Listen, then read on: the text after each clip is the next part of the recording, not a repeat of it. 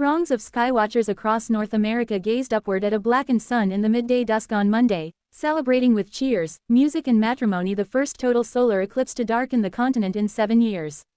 From a Mexican beach resort close to where the eclipse made landfall to the banks of the Ohio River and farther north beyond the roaring cascades of Niagara Falls at the US-Canadian border, spellbound crowds reacted to the sight of totality with jaw-dropping expressions of awe and joy.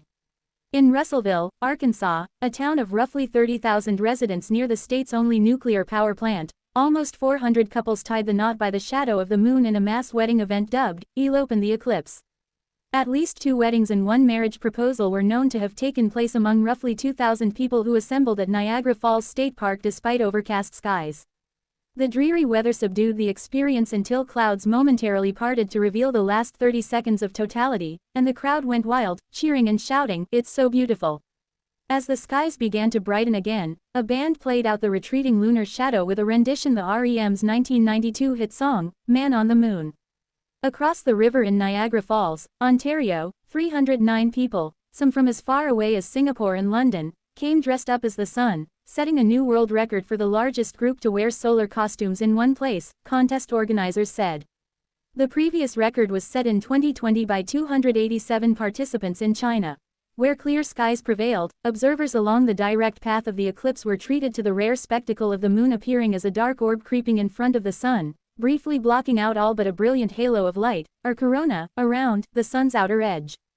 Reuters live coverage. It was first total eclipse to sweep across a large swath of North America since 2017, and will be the last one visible from the contiguous United States until 2044. As totality unfolded at a campground in North Hudson in upstate New York, hundreds of people shrieked with excitement. "Oh my God," some said, as the air cooled and automatic outdoor lights on a nearby building flicked on, fooled by the darkness. Mexico's beachside resort town of Mazatlan was the first major viewing spot for totality. Thousands in solar-safe eyewear perched in deck chairs along the coastal promenade, and an orchestra played the Star Wars movie theme as skies darkened under the approaching lunar shadow. The crowds burst into cheers, applause and whistles when the eclipse reached totality. The period of totality, lasting up to 4-half a minute depending the observer's location, was ushered in by a number of other eerie eclipse effects. Some stars twinkled at midday as dusk abruptly descended, sending temperatures dipping and faint waves of shadow bands flickering over the landscape. Birds and other wildlife sometimes fall silent and still. Eclipse fans traveled from far and wide hoping to glimpse the phenomenon somewhere along the path of totality, stretching 2,500 miles 4,000 kilometers from Mexico's Pacific coast through Texas and across 14 other U.S. states into Canada. The moon's shadow exited continental North America in Newfoundland.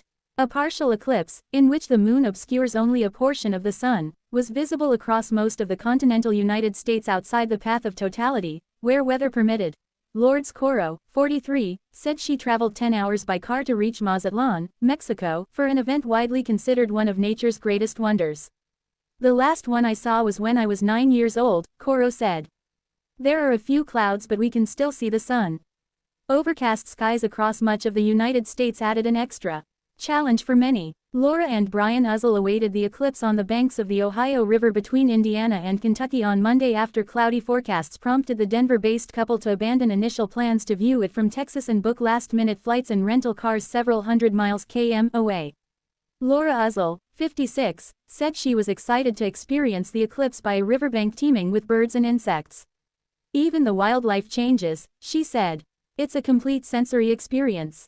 The surge in eclipse enthusiasts taking to roadways in Indiana prompted the state police to announce it was shutting down highway rest stops once they reached capacity and kept them closed for the duration. At up to 4 minutes and 28 seconds, Monday's total eclipse surpassed the duration of the 2017 event, which lasted upwards of 2 minutes and 42 seconds. According to NASA, solar eclipse totalities can range from 10 seconds to about 7-half a minute. Monday's total eclipse rolled through more densely populated regions than 7 years ago, a corridor averaging 115 miles 185 kilometers wide encompassing such major cities as San Antonio, Austin and Dallas, Texas, Indianapolis, Indiana, Cleveland, Ohio, Erie, Pennsylvania, and Montreal, Quebec. About 32 million people in the United States live within the path of totality, with federal officials having predicted another 5 million people would travel to be there. It took about 80 minutes from the moment the moon first began to cover the sun to the moment of totality, then another 80 minutes to complete the process in reverse. The last remaining bit of brilliant sunlight before totality creates a diamond ring effect, with a single bright spot glaring from one side of the lunar shadow while the sun's corona still encircles the rest of the moon. Some suggested the experience might have a lingering effect on human social behavior, if only temporarily. In Burlington, Vermont, where hotels were booked months in advance, Mayor Emma Mulvaney-Stonek said the thousands of visitors who gathered in her city exuded the mood of a midsummer festival. It was a really chill vibe. People were appreciating the momentousness of the occasion, Mulvaney-Stonek, who was sworn into office on April 1, told reporters afterward. Asked if she believed the communal experience might help heal some of society's festering political and social divisions, the mayor said, "I really think it will. Truly, this felt like another huge surge of optimism," she said.